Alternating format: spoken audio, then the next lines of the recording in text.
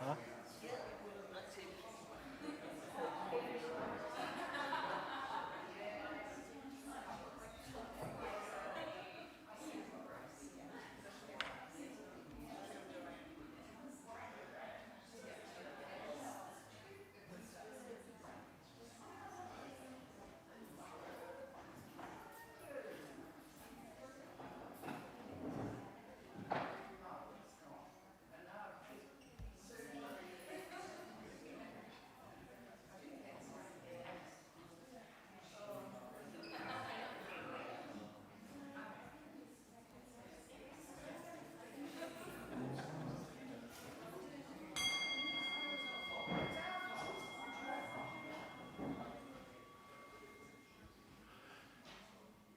Good morning, and to everyone who has a mother, happy Mother's Day. It's a complicated holiday. One, it's not a religious one. I'm sorry. It probably should be. But relationships with our mothers can often be complicated. So I leave it at that and ignore it for the rest of the service. So don't be offended. It's a minefield. You'll notice a certain absence over there at the piano.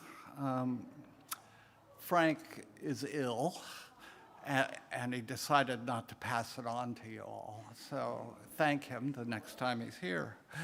But that does meant some last-minute kind of jiggering to try and figure out how to do things.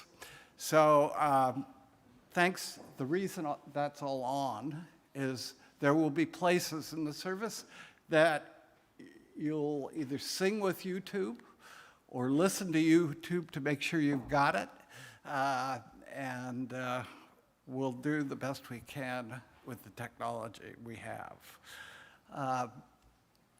If you look around at the very back, at the arch of the entrance, is David. No. Is the first of two live stream cameras that are being installed. So pretty soon, and over here we're going to have mics that are particularly designed to pick up music from our budding choir and from Frank. So, we're getting pretty flash around here. What can I say? But we might have the new live stream by next Sunday.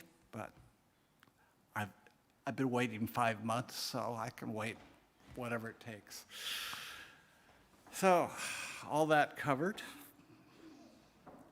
Tēnā koutou te whānau o Auckland Unitarians. Tēnā koutou ngā manahiri. No mai, haramai ki tēnei whare karakia a te atua. Tēnā koutou, tēnā tātou katoa. Welcome to all from near and far to our sanctuary. This morning we are focusing on the idea of mystery. Gordon B. McKeeman offers this meditation to prepare us. How does one address a mystery? Cautiously. Let us go cautiously then to the end of our certainty, to the boundary of all we know, to the rim of uncertainty, to the perimeter of the unknown which surrounds us. Reverently, let us go with a sense of awe, a feeling of approaching the powerful holy, whose lightning slashes the sky, whose persistence splits concrete with green sprouts, whose miracles are present in every place and moment. Hopefully, out of our need for wholeness in our lives, the reconciliation of mind and heart, the conjunction of reason and passion, the intersection of the timeless with time. quietly. For no words will explain the inarticulate or summon the presence that is always present, even in our absence. But what shall I say? Anything. Any anger, any hope, any fear, any joy, any request, any word that comes from the depth of being addressed to being itself, or perhaps nothing. No complaint, no request, no entreaty, no thanksgiving, no praise, no blame, no pretense of knowing or of not knowing. Simply be in the intimate presence of mystery, unashamed, unadorned, unafraid. Let us be present.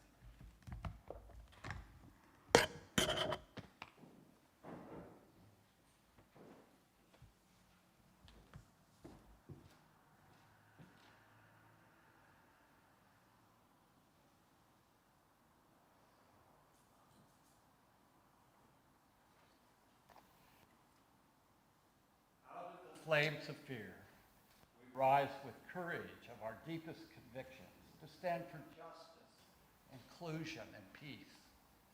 Out of the flames of scrutiny, we rise to proclaim our faith with hope to heal a fractured and hurting world. Out of the flames of doubt, we rise to embrace the mystery, wonder, and awe of all there is and all that is yet to be. Out of the flames of hate, we rise with the force of love, love that celebrates our shared humanity. Out of the flames, we rise.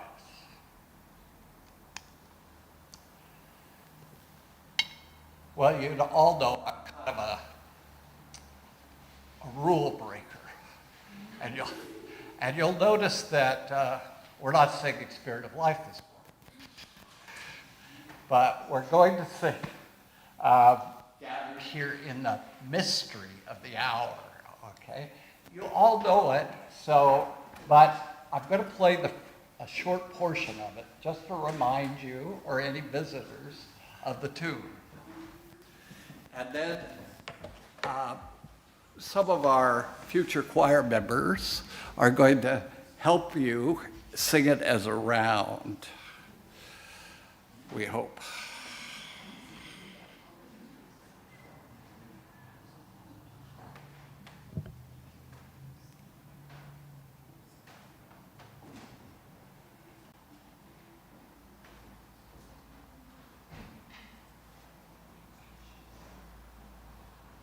Where to go? Oh dear. I had it all set up, I thought. Hang on.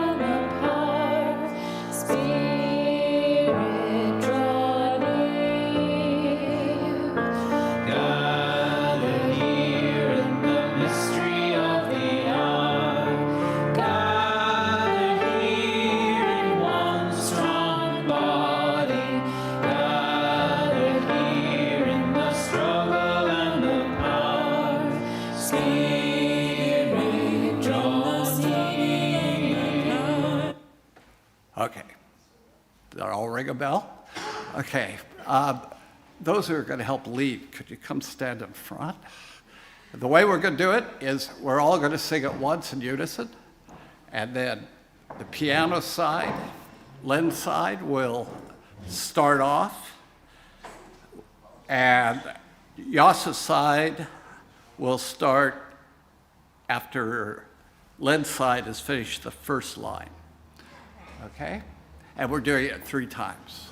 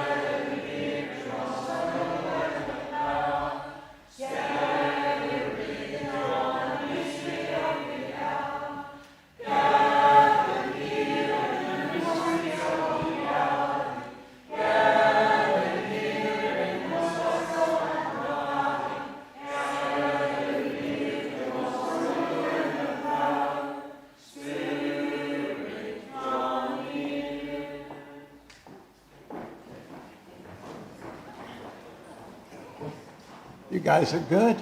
You can all join the choir. Let us now say together our covenant of this congregation. Love is the doctrine of this church. The quest for truth is the sacrament, and service is its prayer. To dwell together in peace, to seek knowledge and freedom, to serve humankind in fellowship, to the end that all souls shall grow in harmony. Thus do we covenant with each other and with our God. It's now time for all ages, but before we get too involved in that, look at the last row. Anybody there look familiar? Welcome back, Hall family. I wish you hadn't kept growing, you know. But I hope maybe some of you will come and entertain me up here with Time for All Ages.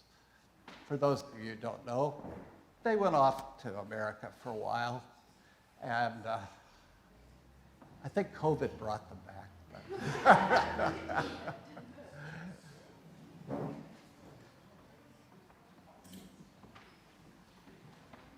I promise only to embarrass you a little bit.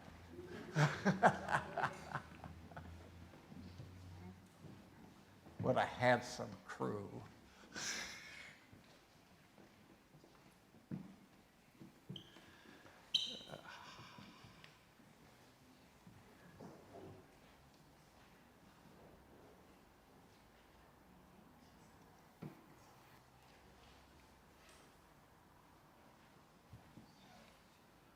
Well, how's it been to be back? Good? Did you miss us? Yep. Stand up for a minute. For those of you who don't know, his name is Clayton. We share not only our name, but the same birthday of the month. Yes. So I've really missed Clayton. He always livens up Time for All Ages. It's good to have you home. So, what's the best part about coming home? Not being in lockdown. No lockdown, yeah. Definitely no Lockdown. Colorado is beautiful. Did you get to be locked down and with a view of the mountains anyway? No? Not really. Not really? And we also had a good to smoke. A view of the smoke? Yep. A lot of fires? Yeah. Yeah. Well, we haven't had too many of those, so welcome home. Good morning, Larry. Good morning. Today we're talking about mystery and wonder. Do you ever wonder about things? Yeah? What do you wonder about? Depends on the day. Depends on the day. Yes. Wondering is a full-time job. I agree with you. I've read this book too on Sunday before, but it's been a while, and I thought it was worthy of us hearing again. Eva loves to look for the moon. It follows her from place to place. Did it follow you from Colorado back to New Zealand? No. Did it change? Yeah, it did.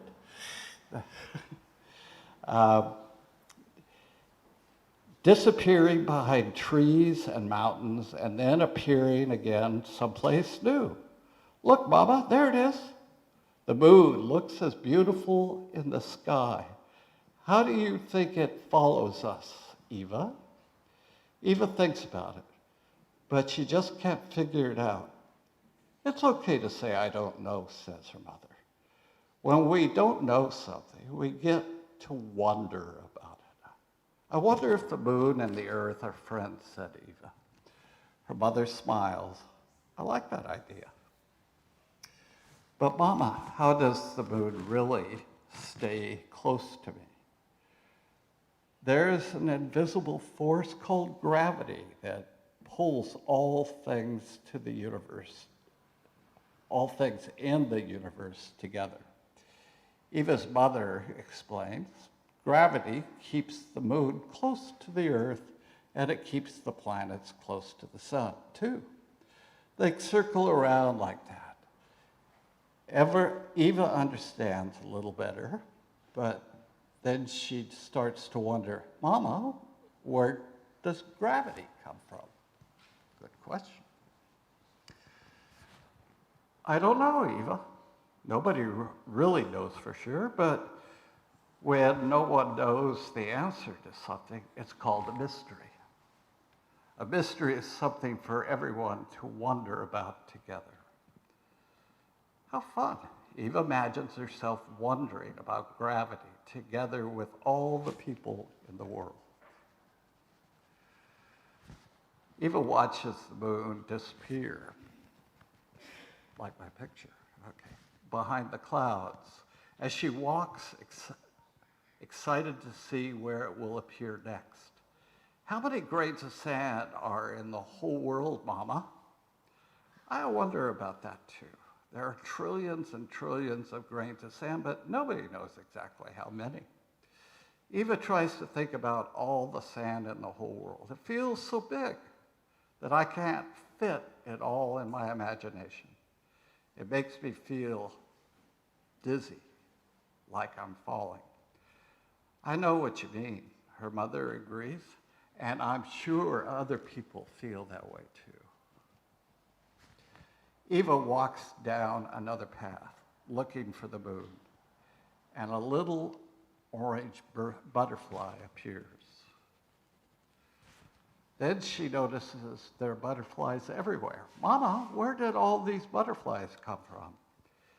These butterflies have been flying around for a few days, but they started out as little caterpillars, and those caterpillars came from eggs, and those eggs came from other butterflies. There are cycles all around us, with one thing ending and another beginning, though things are always changing. Can you think of other things that change? Clouds, and frogs, and me.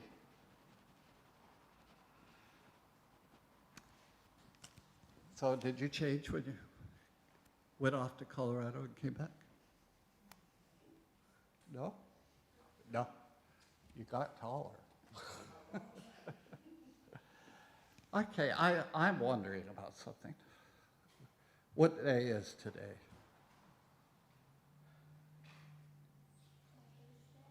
Mother's Day. Is that why you got dragged to church? I want to know what you did for your mother today.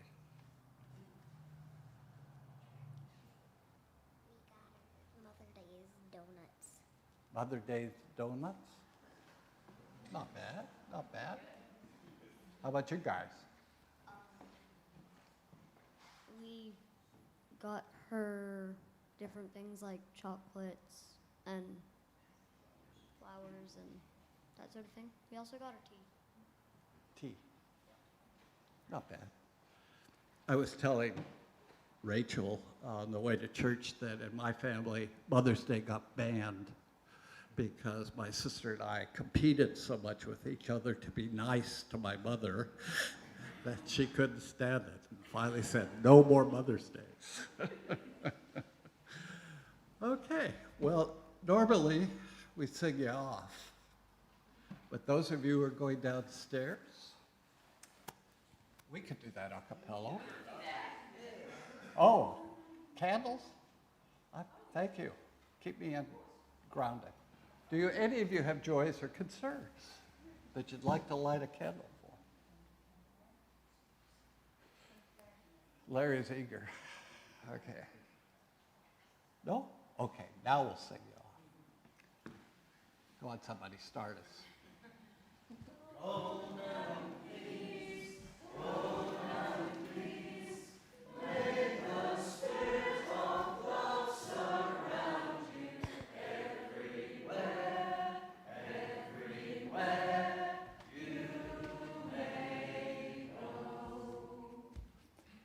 And now, I invite any of you who have a joy or concern to come forward and share it, light a candle. Well, I have an absolute joy. Jos got his COVID vaccine. And I would have, but I've had the flu jab within 10 days. You can't have both. But I am so pleased. He's all covered now.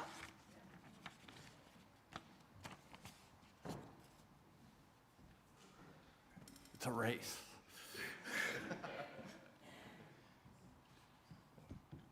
Well, slow the race down because there are two candles I want to light today. The first one is a candle of support for Shireen, our Shireen Caldwell, who's gone to Tauranga to be with her brother, who she described as dying. He's in palliative care and in a hospice, I think. She's quite troubled by that. And the second one, my name's David, by the way.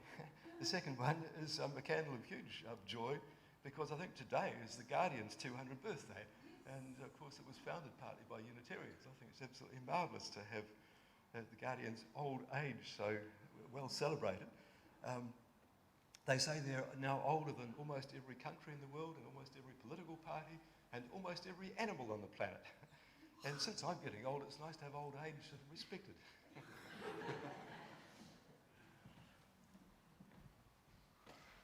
My name is Paul, and I have a joy. I have a brother in England, and we're not particularly close. We're not, we're not at odds in any way, but we just don't talk to each other much. And until the other day, he'd only ever actually initiated contact with me once, and that was when our mother died. And then the other day, yesterday morning, I got a text from him saying, "Happy birthday, shall we do a Zoom?" I thought, oh, right, yes, let's. So we did that last night. And talked quite a bit about our mother. And I discovered stuff I hadn't heard before, especially like about her later life, because I was over here, and her death, because and again, what I didn't know before was that, we got talking about like people with Alzheimer's and stuff, and she was absolutely fine up until about a day before she died, and then she just went downhill, and sort of 24 hours later was dead. And yeah, that just seems. Well, that's the way I want to go. Paul, happy birthday I'm not going to leave that. to you. Happy birthday to you. Happy birthday, dear Paul. Happy birthday to you. Thank you. And many more. Much appreciated. You're much needed.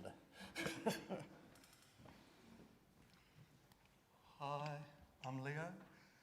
This is a candle for Bill Lethwick. Some people might remember Bill Lethwick. He was he died just last week. He was a newsreader on the TV in the 70s. Yeah, and he involved in a lot of theatre and travelled the world and knew a lot of celebrities, as he used to tell us. But yeah, just before his 90th, 2 months just before his 90th, went to his funeral yesterday. Invisible eyelid lip strips are revolutionizing And the market in the US. a candle for Jenny. She Do you have the same problem? had some cancer taken out of her forehead, and it seems to be recovering well. And that was just yesterday morning, and then she was off to the funeral in the afternoon. But she seems to be fine.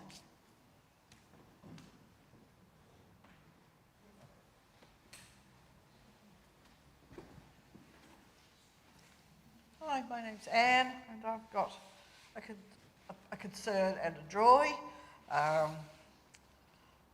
My concern is for a dear friend who the doctors have spotted something that has been described as a mass. She's not very medical, so she was very upset when she was talking to me, so it's been hard to quite work out exactly what's going on. But she's going for a biopsy on Wednesday, so, I'm just very worried about her. She's already sort of got quite a lot of other health issues, so it's quite worrying. And, well, we don't have too many candles here, so I think I can light a second one. Candle of joy. My granddaughter Sequoia, who is, 18 and a half, heading towards 19, finished school, having a gap year in New Zealand before going to university, because what else can you do? And she set off with her Texan boyfriend, who's hasn't managed to return to the States, and I guess maybe due to romantic reasons may never return to the States, who knows, to travel New Zealand in their van, and they'll be arriving at my house somewhere about midweek. It goes with other bits and pieces.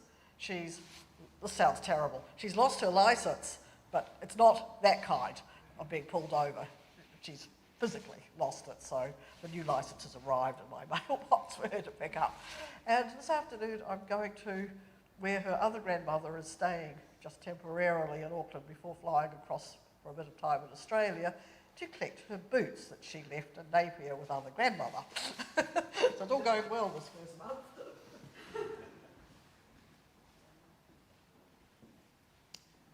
Kia ora, my name's Rachel. I'm lighting a candle for my former mother-in-law who is 95, and she is what they describe as comfortable, but probably dying. We thought she would have died last weekend, but she's still alive. So this is for Joan, wishing you peace in your journey.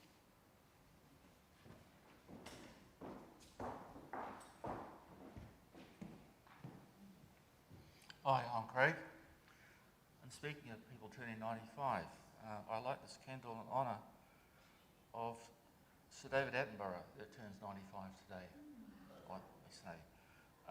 Every time I see or hear this man, I am filled with wonder and huge gratitude at what he's gifted the world. I think he's the most amazing man. Enormous contribution to humanity.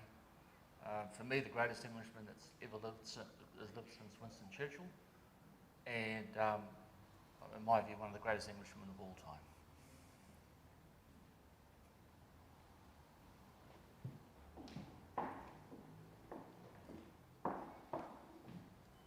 Hi, I'm Mary.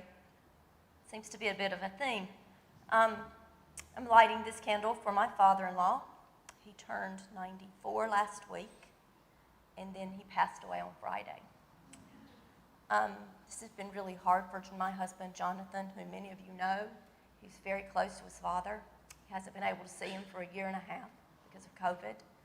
He's at home on a Zoom call with his brothers and sisters right now, and they're doing grieving, I guess, in the year 2021. So please keep Jonathan, and our daughters are very upset too. They were quite fond of their grandfather. So it's for Phil Mason.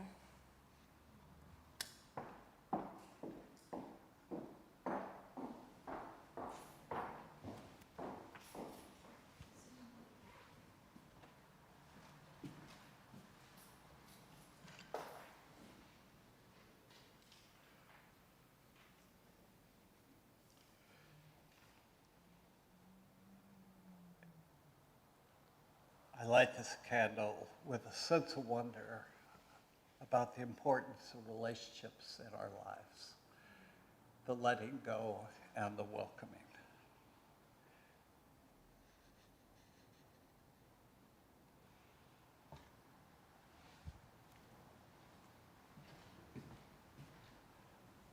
Okay. Our Koha hymn, you get to sing along with YouTube. So let's see if I can pull this off.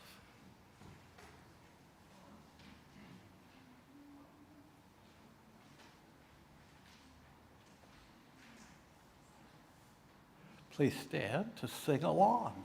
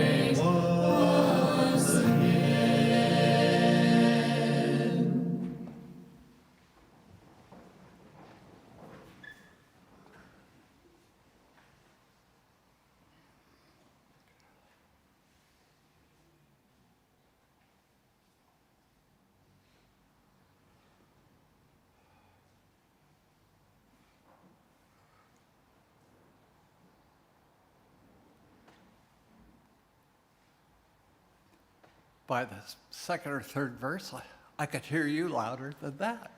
Well done. My reading is entitled Boundaries by Lynn Unger, who many of us know as kind of the poet laureate of Unitarian Universalism. The universe does not revolve around you. Stars and planets spinning through the ballroom of space dance with one another quite outside your small life. You cannot hold gravity or seasons. Even air and water inevitably evade your grasp. Why not then let go? You could move through time like a shark through water, neither restless nor ceasing, absorbed in and absorbing the native element. Why pretend you could do otherwise? The world comes in at every pore, mixes in your blood before breath releases you into the world again.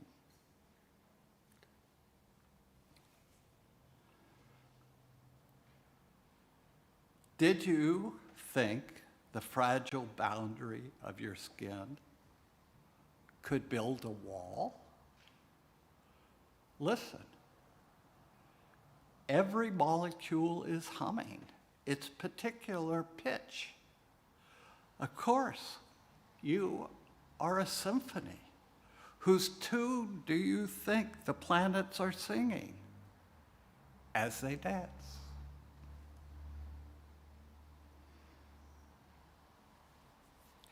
My random musings came from a thought, one of the problems I have with prayer is I'm not sure who to address. And so I don't pray very often. My first academic assignment in seminary is still very much a part of my memory. The reason is that it made me wonder if I was cut out for this new path I was taking. I was to write an essay on Rudolf Otto's work, The Idea of the Holy. Otto, an early 20th century German theologian, argued that the holy was to be addressed with fear and trembling, which he called awe. I know I was a neophyte theologian, but I did not get his conclusion. They did get it clear years later when George W. Bush attacked Iraq with shock and awe. That was definitely an Old Testament kind of holy, but anger, vengeance, oppression, and indiscriminate genocide did not instill me with awe. Ever since then, I've wrestled with the idea of the holy. While at seminary, we were required to attend morning worship before classes, much moaned about by my fellow students. I noticed that my faculty mentor, one of his generation's most venerated theologians, a true Renaissance man, never said the prayers. I asked him once why. He said he used that time to listen, to focus intently on all that was, is, and will be. I interpreted that to mean he was in a state of awe. To me, Otto's idea of mystery was awful. My mentor's idea of mystery was to be awe-filled. He showed me the way that I could no longer address the holy as a personal being prepared to act on my behalf or desires. When the holy was no longer synonymous with a God I could accept, I had to make my peace with the scientific world and religion, which was my bread and butter. My integrity required it. In 1930, Rabbi Herbert Goldstein sent a telegram to Albert Einstein. It said, "Do you believe in God? Answer paid, 50 words," end quote. Einstein managed it in about 30 words.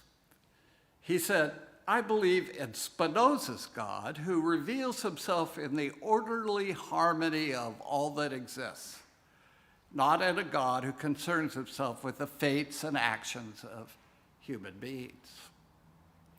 Einstein was expressing his respect for the work of Baruch Spinoza, the 17th century Jewish philosopher.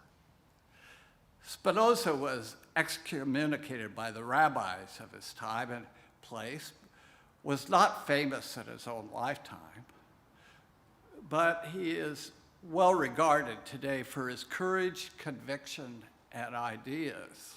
Spinoza essentially identified God with nature. Everything that exists is God, and God is revealed in the infinite natural universe.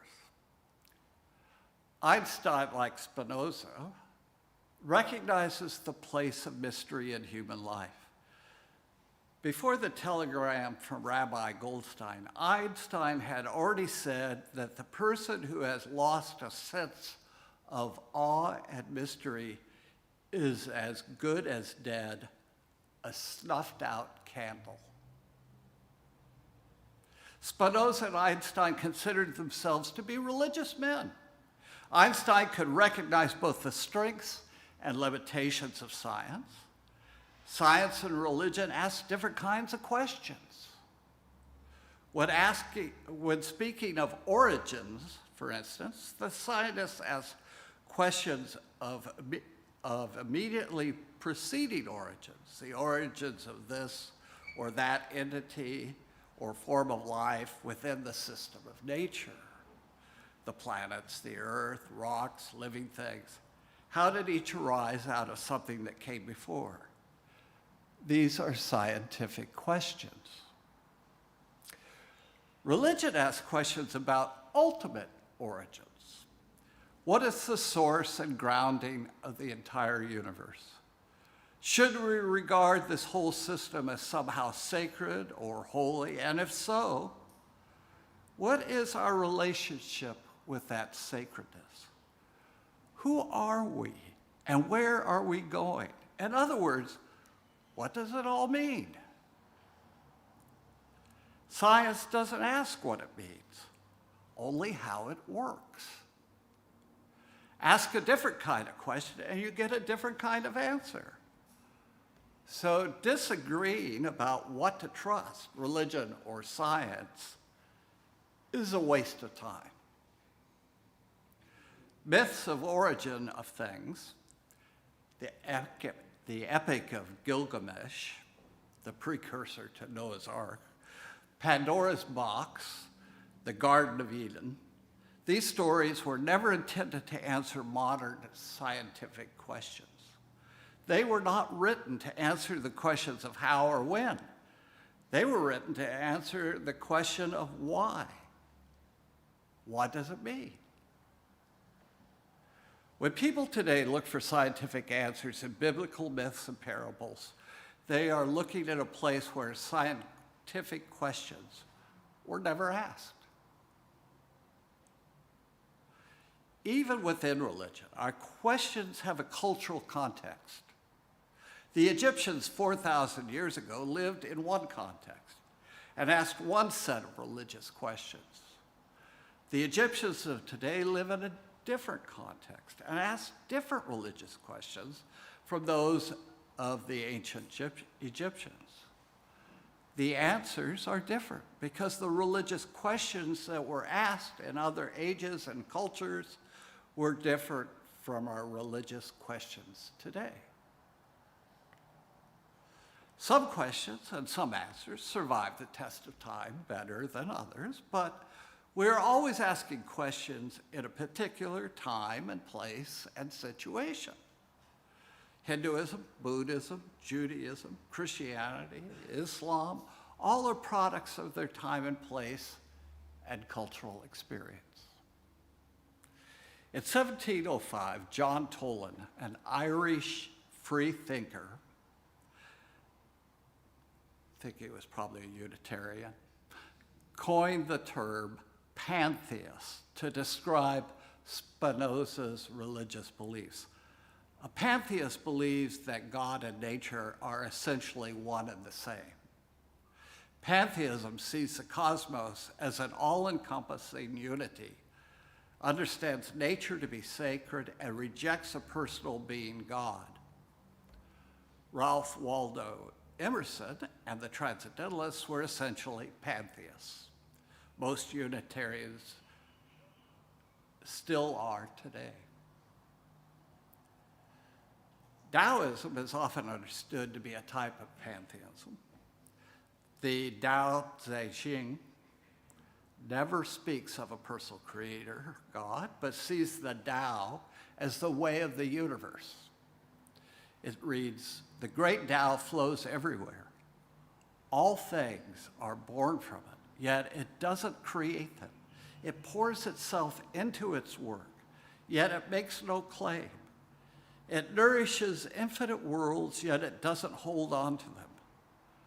Since it is merged with all things and hidden in their hearts, it can be called humble, since all things vanish into it, and it alone endures.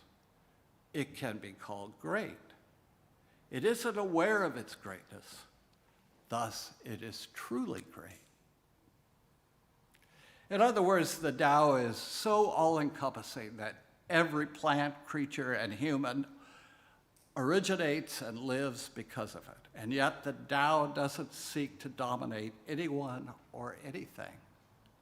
The Tao does not require or even desire praise. Religion often speaks of mystery, but the deists of the Enlightenment and some Unitarians today saw the word mystery as an embarrassment. Mystery had been misused by the Catholic and Protestant churches. Any doctrine that was hard to make sense of, such as the doctrine of the Trinity, which says God is three persons who are one person, and Jesus as one person who is two persons, one entirely human and the other entirely divine, was declared to be a mystery. The church taught that it must be true because it's incomprehensible. Mystery had become cheapened into doctrines. Church members were expected to believe the symbols of religion literally. The communion bread and wine stopped being symbolic, but literally the body and blood of Christ. The Bible was no longer just inspired, but became the literal Word of God, perfect in every way, even when it's clearly wrong and self-contradictory. It's a mystery. Don't think for yourself, just accept the doctrine. The church demanded. But that's not the way Albert Einstein used the word mystery. For Einstein, mystery begins with a sense of awe. When we stand in awe of the vast array of stars at night, or watch blue penguins raft into shore at night down in Dunedin, or aphids making dinner out of our rose trellis, we ask, what, if anything, it all means? We probably started asking these questions when we were children.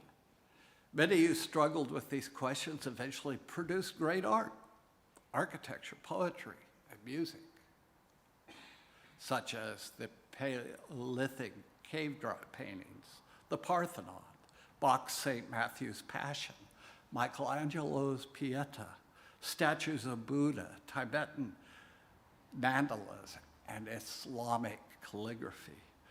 To repress the spirit of creativity that is inspired by such awe and wonder would be, as Einstein said, to be nothing but a snuffed out candle.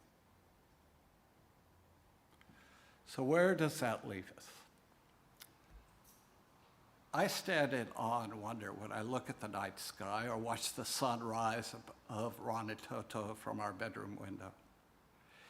And maybe looking out at the vastness of the universe, I experienced something similar to what was experienced by the first peoples of Aotearoa, who ventured to this land in their wakas. guided by the stars.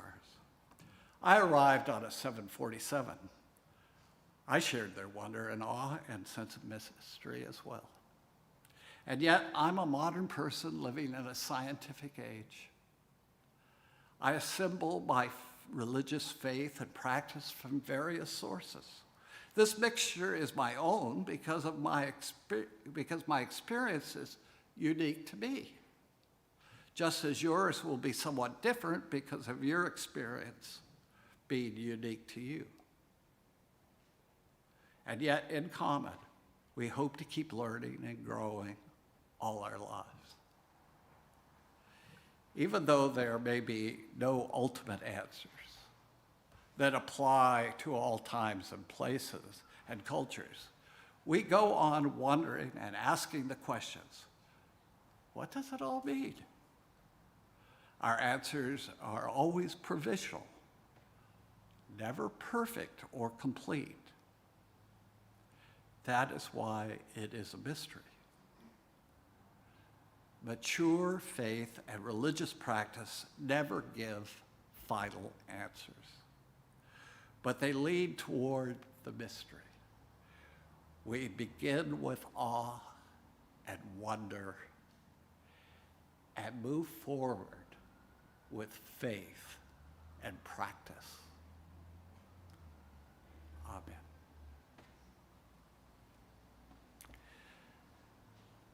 Okay.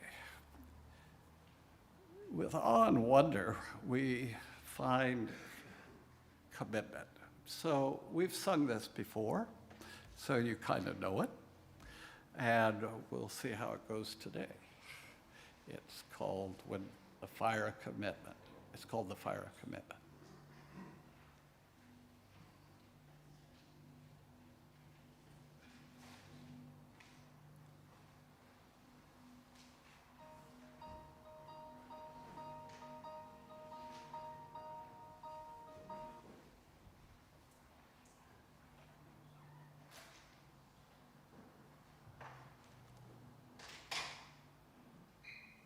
I hope.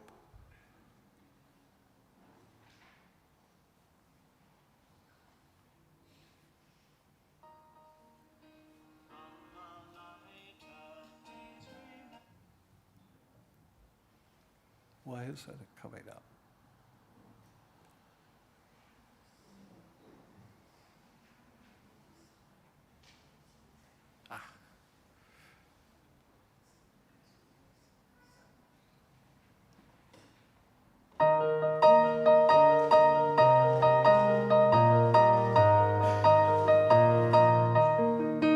From the light of days remembered burns a beacon bright and clear, guiding hands and hearts and spirits into faith set free from fear.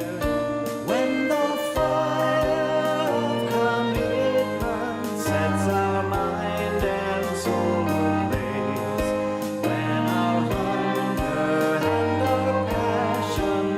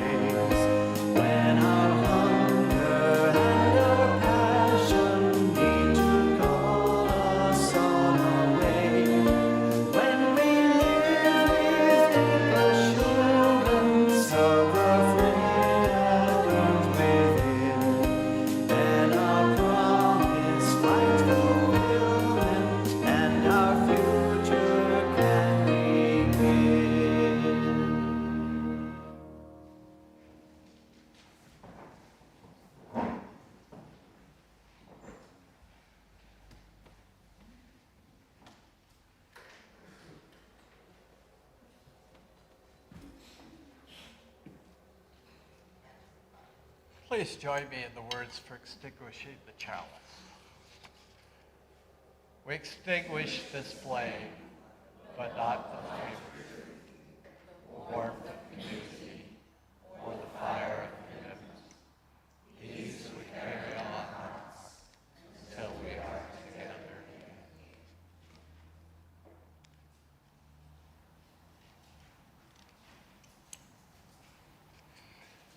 We need to rearrange because I have to go do the Zoom service. So I'm going to do our closing words, and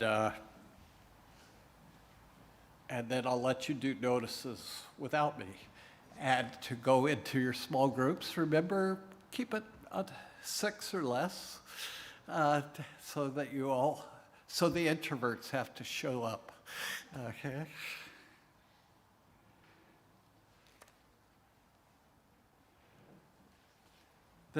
Our closing words are by Tom Shade. There's a power at work in the universe. It works through human hands, but it was not made by human hands. It is a creative, sustaining, and transforming power. And we can trust that power with our lives. It will sustain us whenever we take a stand on the side of love, whenever we take a stand for peace and justice, whenever we take a risk. Trust in the power. We are together held by that power. And Rich, you probably want to do an announcement for Betsy anyway, so you will need those. An announcement for Betsy, the coordinator of the quiz night. If you have been here in previous weeks, you will have heard this Saturday, the 22nd of May, 2 weeks' time. Potluck dinner and quiz night be here from 6 o'clock. And, oh, Mary's already been tasked, have you? Mary's got the sign-in sheet. So, Okay. We didn't know that, so here we are freelancing. Mary's got the sign-in sheet, so please see Mary during tea to sign up. Thank you. I have one more notice, which is, I think it's been put on the back. The volunteer sheet is on the back table. I understand that we've got everything except for flowers sorted for next week, so if you want to do flowers, race, and put your name down at the end of the service. Hi, I'm Vivian, Secretary of the Management Committee. This is to formal notice of the AGM, which will be on Sunday, 30th of May. Now, put this in your diary, but not to say to yourself, no, let's not come. We have got it pretty much under control, and we try and make it as quick as possible, okay, so that we're not going to bore you silly. So do come. The second thing, which may interest you, may not, the other day I had 2 passionate organists come in and have a look at our organ. Some of you who haven't been here long may wonder why we don't use it. It actually does go. And the fascinating, we have had a few people interested in pursuing funding to improve it. What I'm looking for is a couple of passionate people, because in the past they've tried to get help without just themselves. We now have the Organ Society and these 2 organists who are very keen to help us achieve funding. So let me know. I need to delegate this to a couple of people. We've got 2 options. One is to just spend a little bit of money and get it going for a few years, which is kind of my preference, or while going down the track of getting hundreds of thousands to complete it. It's actually one of the oldest organs, New Zealand-built organs in New Zealand. It's pretty special.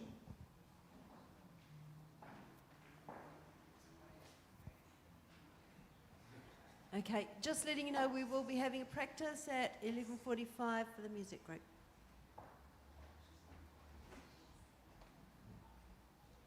Choir practice. Singing practice. Okay, beg your pardon. And I've just got a couple of notices. One is I just want to announce that we have appointed a youth group leader who is actually a youth group leader. We have a new youth group leader. Her name's Olivia. She's full of joy and enthusiasm. She's going to be creating a youth group. So if you know any sort of high school age or young adult, possibly people who might be interested in joining, she's a musician as well, so they'll probably have fun doing music together. And I think she's thinking along the lines of projects around,